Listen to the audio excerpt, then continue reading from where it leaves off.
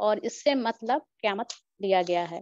اس کا نام اس کے پہلے ہی لفظ سے واقعے سے لیا گیا ہے اور اس کا زمانہ نزول بھی وہی ہے جب کہ مکہ میں مخالفت کا دور تھا اور لوگ جو تھے مکے کے اور صبحات اور طرح طرح کے اعتراضات کر رہے تھے، اسی سلسلے میں یہ سورہ نازل ہوئی ہے. اس میں جیسے کہ عام مکی صورتوں کی طرح آخرت اور توحید اور قرآن کے بارے میں بتایا گیا ہے. اور اس میں 3 گروہوں کے بارے میں بتایا گیا ہے. جب قیامت کے بعد سے فیصلہ ہو جانے کے بعد 3 گروپس ہوں گے لوگوں کے، وہ الگ الگ ہوں گے اور ان کے کیا جو انعام دیا جائے گا اور جو عذاب دیا جائے گا اس کے بارے میں بتایا گیا ہے. 1 to 56 تک ہم آخرت کا بیان پڑھیں گے جس میں 3 طرح کے گروہوں کا ذکر ہے. پھر 57 to 74 میں ہم اسلام کے بنیادی عقیدے کی حقیقت جانیں گے اور 75 to 82 میں قرآن کے بارے میں جو شکوک ہیں ان کے جواب دیے گئے ہیں. 83 میں پھر قیامت کے دن کی انسان کتنا بے بس ہو جائے گا اور موت کے بعد ہر مرنے والا اپنا انجام دیکھ لے گا. تو ہم پڑھیں گے اس کو اور بہت ہی غور سے سنیں گے تو یہ اپنے آپ سمجھ میں آ جائے گا کہ اللہ تعالی ہم سے کیا فرما رہے ہیں. آیات 96 ہیں اور رکوع 3 ہے. بسم اللہ الرحمن الرحیم. جب وہ ہونے والا واقعہ پیش آ جائے گا تو کوئی اس کے وقوع کو جھٹلانے والا نہیں ہوگا. یعنی جب یہ وقت آ جائے گا تو وہ ٹالے سے نہیں ٹلے گا، چاہے کوئی چاہے یا نہ چاہے، اور یہ ایسا اچانک حادثہ ہوگا جو کہ ایک کا ایک اللہ تعالیٰ کی طرف سے آ جائے گا. وہ تو وہ بالا کر دینے والی آفت ہوگی. زمین اس وقت ایک بارگی ہلا ڈالی جائے گی اور پہاڑ اس طرح ریزہ ریزہ کر دیے جائیں گے کہ پورا گندا غبار بن کر رہ جائیں گے. تم لوگ اس وقت 3 گروہوں میں تقسیم ہو جاؤ گے. دائیں بازو والے سو دائیں بازو والوں کی خوش نصیبی کا کیا کہنا، اور بائیں بازو والے تو بائیں بازو والوں کی بد نصیبی کا کیا ٹھکانا، اور آگے والے تو پھر آگے والے ہی ہیں، وہی مقرب لوگ ہیں، نعمت بھری جنتوں میں رہیں گے. یہاں اصحاب میمنہ اور اصحاب المشأمہ ہیں، جو کہ میمنہ کہا گیا ہے جو کہ دائیں ہاتھ کی طرف ہیں، اور مشأمہ جو کہا گیا ہے جو بائیں بازو کی طرف جو ہوتے ہیں، اور مقربون والسابقون السابقون جو کہ بالکل آگے آگے رہنے والے ہیں. سابقون سے مراد وہ لوگ ہیں کہ جو نیکی میں ہمیشہ آگے رہتے ہیں اور سب پر سبقت لے جاتے ہیں. بھلائی کا کوئی کام ہو، خدا کے راستے میں کچھ خرچ کرنا ہو، رسول کی اطاعت کرنے میں آگے، اور جہاد یا پھر انفاق فی سبیل اللہ، ہر موقع میں وہ آگے ہوتے ہیں اور ایک دوسرے سے سبقت لے جانی یعنی کمپٹیشن میں رہتے ہیں کہ ہم آگے نکل جائیں. جیسا کہ مثال کے طور پر ابو بکر اور عمر رضی اللہ تعالیٰ عنہما کے بیچ میں کمپٹیشن رہتا تھا کہ ہم انفاق فی سبیل اللہ میں یا کسی بھی کام میں ہم ایک دوسرے سے سبقت لے جائیں، اور ہمیشہ ابو بکر صدیق رضی اللہ تعالیٰ عنہ سبقت لے جاتے تھے. رسول صلی اللہ علیہ وسلم سے لوگوں سے پوچھا، جانتے ہو قیامت کے روز کون لوگ سب سے پہلے پہنچ کر اللہ کے سائے میں جگہ پائیں گے؟ لوگوں نے عرض کیا، اللہ اور اللہ کا رسول ہی زیادہ جانتا ہے. انہوں نے فرمایا، وہ جن کا حال یہ تھا کہ جب ان کے آگے حق پیش کیا گیا انہوں نے قبول کر لیا، جب ان سے حق مانگا گیا تو انہوں نے ادا کر دیا. یہ مسند احمد کی حدیث ہے جسے عائشہ رضی اللہ تعالیٰ عنہا نے روایت کیا ہے. آیت نمبر 13. اگلوں میں بہت ہوں گے اور پچھلوں میں کم، مرصع تختوں پر تکیہ لگائے آمنے سامنے بیٹھے ہوں گے. وہ یہ بیان ہو رہا جنتوں کا. یہاں 2 جنتوں کی بات ہم دیکھیں گے. کل بھی ہم نے سورہ رحمان میں 2 جنتوں کے بارے میں جو منظر کشی کی گئی ہے اس کو پڑھا،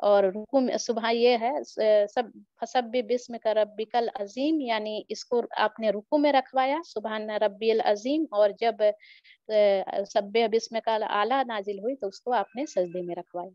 یہاں یہ سورہ ختم ہوتی ہے، اس سے ایک دو کرنے کے کام لے لیتے ہیں ہم کہ ہم کو جو قرآن کے بارے میں اللہ تعالیٰ نے یہ قسم کھائی ہے اس سے یہ لیسن لیتے ہوئے چلیں گے کہ مجھے قرآن سے بے اعتنائی نہیں برتنی ہے، یعنی اس کو سے نفرت اور اس کے آیتوں کو توجہ سے سننے کی کوشش، نفرت نہیں کرنی ہے اور توجہ سے سننے کی کوشش کرنی ہے، اور مجھے مقربون یا دائیں بازو والے لوگوں میں شامل ہونے کی دعا کرنی ہے۔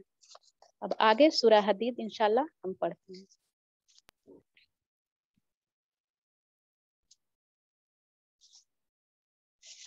بسم اللہ الرحمن الرحیم۔ حدید کا مطلب ہوتا ہے لوہا، آئرن۔ آیت 25 کے سے یہ لیا گیا ہے۔ اس میں یہ بتایا گیا ہے کہ جب مدینے میں ہر طرف سے کفار کا چاروں طرف سے مدینے والے گھرے ہوئے تھے اور بے سر و سامانی کی حالت تھی، تو اس وقت یہ سورہ نازل ہوئی تھی 4 یا 5 ہجری کے درمیان میں، اور اس سورہ کا جو سینٹرل تھیم ہے وہ ہے انفاق فی سبیل اللہ۔ ہم اس کو پڑھتے ہوئے بہت ہی اچھی صورت، بہت ہی اچھی آیتیں پڑھتے ہوئے ایک روحانی سی جو اپنے اندر کچھ جذب ہو رہا ہے ویسا محسوس کریں گے، اور پھر ہمیں بعد میں اس کا لیسن خود بخود سمجھ میں آ جائے گا۔ یہ ساری صورتیں سبح للہ ما فی السماوات سے شروع ہو رہی ہیں، پچھلے ہی کئی صورتوں سے جو 5 صورتیں یا 7 صورتیں ہیں، ہم 3 صورتیں 2 صورتیں ہم نے پڑھا، تیسری صورت ہے۔ اس میں 29 آیت اور 4 رکوع ہیں۔ بسم اللہ الرحمن الرحیم۔ اللہ کی تسبیح کی ہے ہر اس چیز نے جو زمین اور آسمانوں میں ہے، اور وہی زبردست دانا ہے۔ زمین اور آسمانوں کی سلطنت کا مالک وہی ہے، زندگی بخشتا ہے اور موت دیتا ہے، اور ہر چیز پر قدرت رکھتا ہے۔ اللہ تعالیٰ کی صفات بتائی جا رہی ہے۔ وہی اول بھی ہے اور وہی آخر بھی ہے، ظاہر بھی ہے اور مخفی بھی ہے، اور وہ ہر چیز کا علم رکھتا ہے۔ وہی ہے جس نے آسمانوں اور زمین کو 6 دنوں میں پیدا کیا اور پھر عرش پر جلوہ فرما ہوا۔ اس کے علم میں ہے جو کچھ زمین میں جاتا ہے اور جو کچھ اس سے نکلتا ہے، اور جو کچھ آسمان سے اترتا ہے اور جو کچھ اس میں چڑھتا ہے۔ وہ تمہارے ساتھ ہیں جہاں بھی تم ہو۔ ہر جگہ اللہ تعالیٰ کو اپنے ساتھ محسوس کرنا ہے۔ جو کام بھی تم کرتے ہو اسے وہ دیکھ رہا ہے۔ وہی زمین اور آسمانوں کی بادشاہی کا مالک ہے، اور تمام معاملات فیصلے کے لیے اسی کی طرف رجوع کیے جاتے ہیں۔ وہی رات کو دن میں اور دن کو رات میں داخل کرتا ہے، اور دلوں کے چھپے ہوئے راز تک کو جانتا ہے۔ ایمان لاؤ اللہ اور اس کے رسول پر، اور خرچ کرو ان چیزوں میں سے جن پر اس نے تم کو خلیفہ بنایا ہے۔ اس مقام پر خرچ کرنے سے مراد بھلائی کے کاموں میں خرچ کرنا نہیں، بلکہ جو آیت نمبر 10 میں بتایا جا رہا ہے کہ آگے اس کو پڑھیں گے کہ یہاں جد و جہد یعنی جہاد میں حصہ لینا ہے اور اس میں خرچ کرنا ہے۔ جو لوگ تم میں سے ایمان لائے اور ایمان لائیں گے اور مال خرچ کریں گے ان کے لیے بڑا اجر ہے۔ تمہیں کیا ہو گیا کہ تم اللہ پر ایمان نہیں لاتے، حالانکہ رسول تمہیں اپنے رب پر ایمان لانے کی دعوت دے رہا ہے۔ وہ تم سے عہد لے چکا ہے۔ یہ عہد کون سا ہے؟ جو ہم سورہ اعراف میں بھی پڑھے ہیں کہ اس دنیا میں آنے سے پہلے عالم ارواح میں اللہ تعالیٰ نے سبھی روحوں سے عہد لیا تھا، الستو بربکم والی آیت کی، میں تمہارا رب ہوں، اور سب نے کہا ہے کہ کیوں نہیں، اگر تم واقعی ماننے والے ہو۔ وہ اللہ ہی تو ہے جو اپنے بندے پر صاف صاف آیتیں نازل کر رہا ہے تاکہ تمہیں تاریکیوں سے نکال کر روشنی میں لے آئے، اور حقیقت یہ ہے کہ اللہ تم پر نہایت شفیق اور مہربان ہے۔ آخر کیا وجہ ہے کہ تم اللہ کی راہ میں خرچ نہیں کرتے، حالانکہ زمین اور آسمانوں کی میراث اللہ ہی کے لیے ہے۔